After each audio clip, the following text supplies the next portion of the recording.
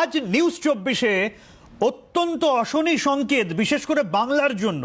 Corona আমপান, এরপর বাংলার জন্য আবারও অশনি সংকেত। পুজোর আগে বাংলায় ভূমিকম্পের আশঙ্কা, ভয় বিশেষ করে কলকাতায়। গত কয়েকদিন ধরে লাগাতার ভূমিকম্পের ঘটনা ঘটছে। আপনারা জানেন, আজই কর্ণাটকের হাম্পি এবং ঝাড়খণ্ডের জামশেদপুরে মৃদু ভূমিকম্প হয়েছে। আর তার থেকে অনুমান কলকাতা ভয়াবহভাবে কাঁপতে পারে এবং গোটা বাংলার ক্ষেত্রে একই রকম সতর্কতা প্রযোজ্য।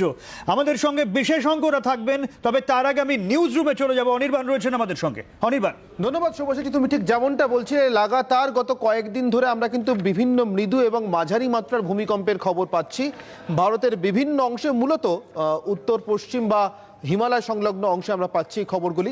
এই মুহূর্তে যদি একবার একটু দেখে নিই যে তথ্যগত পরিসংখ্যান আমাদের কাছে রয়েছে। এবার ভূমিকম্পের আশঙ্কা ঠিক দুর্গাপুজোর আগে, পুজোর আগেই ভূমিকম্পের অশনি সংকেত রয়েছে কলকাতা সহ গোটা রাজ্যেই ভূমিকম্পের আশঙ্কা রয়েছে। করোনার পরে যে আমপান, তাতে কিন্তু ইতিমধ্যেই গোটা রাজ্য অর্থাৎ পশ্চিমবঙ্গ রাজ্য হিসেবে যথেষ্ট বিধ্বস্ত হয়ে রয়েছে। তার মধ্যেই এই আশঙ্কা অর্থাৎ ভূমিকম্পের অশনি সংকেত রীতিমতো শিহরণ জাগাচ্ছে। কাঁপতে পারে গোটা উত্তর পূর্ব ভারত, এমনটাই আশঙ্কা। দিল্লি, হরিয়ানা, পাঞ্জাব, রাজস্থান অর্থাৎ উত্তর পশ্চিম হিমালয় সন্নিহিত যে অঞ্চলের কথা বলছিলাম শুরুতেই, যেখানে গত কয়েকদিন ধরে, গত কয়েক সপ্তাহ ধরে লাগাতার মৃদু এবং মাঝারি মাত্রার ভূমিকম্পের খবর আমরা পাচ্ছি। জামশেদপুর এবং পার্শ্ববর্তী অঞ্চল কাঁপতে পারে, যার মধ্যে বাংলার বিস্তীর্ণ অঞ্চল রয়েছে। ভারত মায়ানমার সীমান্ত, এটিও আশঙ্কার তিনটি অঞ্চলের একটি। দিল্লি, পাঞ্জাব, রাজস্থান, হরিয়ানা সহ উত্তর ভারতের বিস্তীর্ণ অঞ্চল তৃতীয় অঞ্চল আশঙ্কার, যেখানে ভূমিকম্পের এই প্রভাব পড়তে পারে। আমাদের সঙ্গে দুজন বিশেষজ্ঞ এই মুহূর্তে রয়েছেন। পরিবেশবিদ সুজীব কর রয়েছেন এবং জিওলজিক্যাল সার্ভে অফ ইন্ডিয়ার ডেপুটি ডিরেক্টর জেনারেল সন্দীপ সোম আমাদের সঙ্গে রয়েছেন। দুজনকেই স্বাগত জানাচ্ছি জি 24 ঘন্টার তরফে। একদম প্রথম সুজীববাবু, আমি আপনার কাছে আসবো।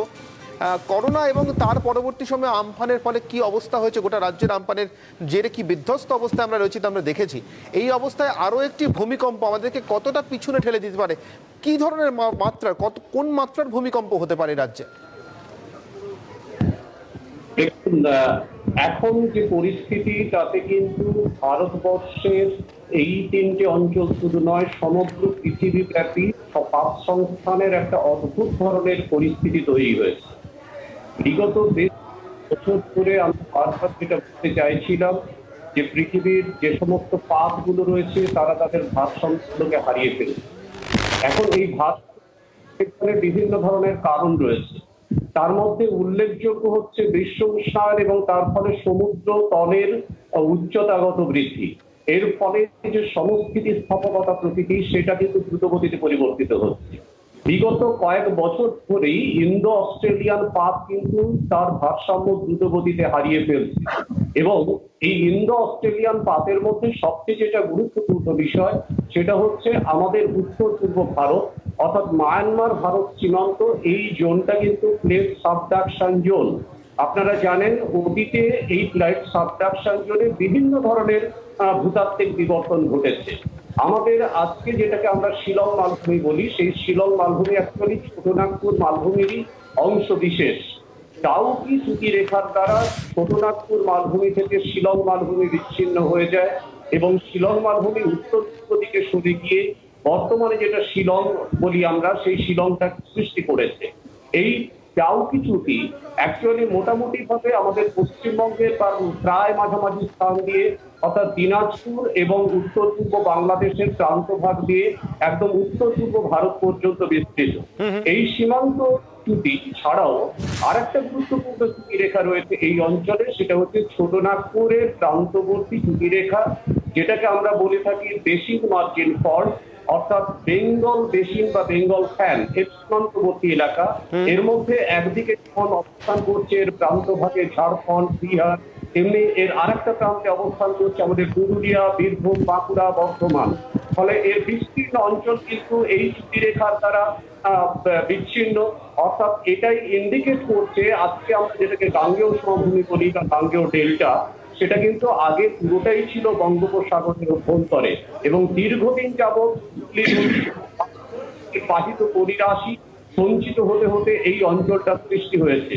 এই ডাউকি চ্যুতিরেখার দ্বারা যখন শিলং মালভূমি বিচ্ছিন্ন হয়ে উত্তর পূর্ব দিকে স্থানান্তরিত হচ্ছে, তখন ভারতের উত্তর পশ্চিমে আর একটা বড়সড় ভূপ্রাকৃতিক বিবর্তন ঘটে এবং সেখান থেকেই তৈরি হয় দিল্লি শৈলশিরা বা পটুয়ার মালভূমি।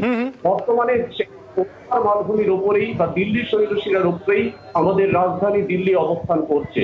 সুতরাং ভারতের উত্তর দিকটা পুরোটাই কিন্তু এই ধরনের একটা অদ্ভুত টেনশনের দ্বারা আবদ্ধ এবং প্রত্যেক ভূমিভাগ একে অপরের সাথে সম্পর্কযুক্ত।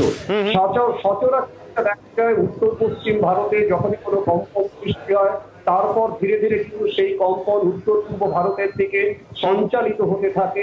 তার কারণ হচ্ছে একমাত্র সাবডাকশন জোন ওই অঞ্চলটাতেই, অর্থাৎ বাকি সমস্ত জায়গাতে রেখা বরাবর লাভা নিশ্চিত হয়ে আলটিমেট স্থানান্তরিত করতে পারে, কিন্তু অধঃপাত অঞ্চল ওই অঞ্চলে থাকার জন্য আলটিমেটলি যে কোনো ধরনের টেকটনিক ইনসিডেন্ট কিন্তু উত্তর পূর্ব ভারতে গিয়ে তারপর তার পরিসমাপ্তি হয়। আমি একটু বিরত করছি সুজিত বাবু আপনাকে, এটা যদি হয় ভূতাত্ত্বিক ইতিহাস এবং ভূতাত্ত্বিক ব্যাখ্যা বা বিশ্লেষণ বা প্রকৃতির বিশ্লেষণ, অর্থাৎ যেরকম ভূতাত্ত্বিক প্রকৃতির মধ্যে ভারতবর্ষে আমরা বাস করি এবং আরও নির্দিষ্টভাবে বললে এ রাজ্যের অবস্থা, তখন আমি সরাসরি চলে যাব সন্দীপ বাবুর কাছে। Geological survey of India deputy director general আমাদের সঙ্গে রয়েছেন। সন্দীপ বাবু, ভূতাত্ত্বিক ব্যাখ্যা বিশ্লেষণ শুনলাম, ভূতাত্ত্বিক ইতিহাসটাও শুনলাম, অর্থাৎ যেভাবে তৈরি হয়েছিল আমাদের এই অঞ্চল। আমি জানতে চাইবো আপনার কাছ থেকে, জিওলজিক্যাল সার্ভে অফ ইন্ডিয়া তারাও কি মনে করছে একই রকমভাবে যে এই রাজ্য পশ্চিমবঙ্গ এবং তার সঙ্গে আরও যে দুটি সন্নিহিত অঞ্চলের কথা আমরা বলছি, উত্তর পশ্চিম ভারতের অংশ এবং উত্তর ভারতের অংশ, সেখানেও একই রকমভাবে এই দুর্গাপুজোর আগেই ভূমিকম্পের কোনো পূর্বাভাস আপনারা দেখতে পাচ্ছেন? নমস্কার। শুনুন, প্রথম কথা হচ্ছে যে এখনো পর্যন্ত আমরা কেউ ভূমিকম্প কবে হবে বলতে পারি না। সারা পৃথিবীতেই বলতে পারেন, এটা একটা খুব অ্যাপ্লাইড রিসার্চের আসপেক্ট। এটা কারণ পুজোর আগে হবে এই কথাটা বলা বোধহয় ঠিক না। আর দ্বিতীয় কথা হচ্ছে যে ভূমিকম্প আমাকে দেখতে হবে যে কোথায় হয়, কোথায় প্রেজেন্টলি হওয়ার সম্ভাবনা আছে, এবং সেই জন্য আমরা যেটা করি সেটা হচ্ছে যে কোথায় স্ট্রেন বিল্ড আপ হচ্ছে আর কোথায় স্ট্রেস বিল্ড আপ হচ্ছে।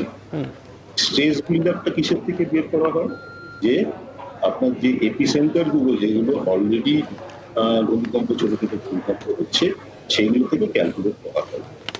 আর স্ট্রেন বিল্ড আপটা করা হয় এই প্লেট মুভমেন্টের উপর বেস করে। এটা মেনলি পারমানেন্ট জিপিএস স্টেশনের উপর বেস করে করা হয়, এটা মিলিমিটার লেভেলে পজিশন থাকে।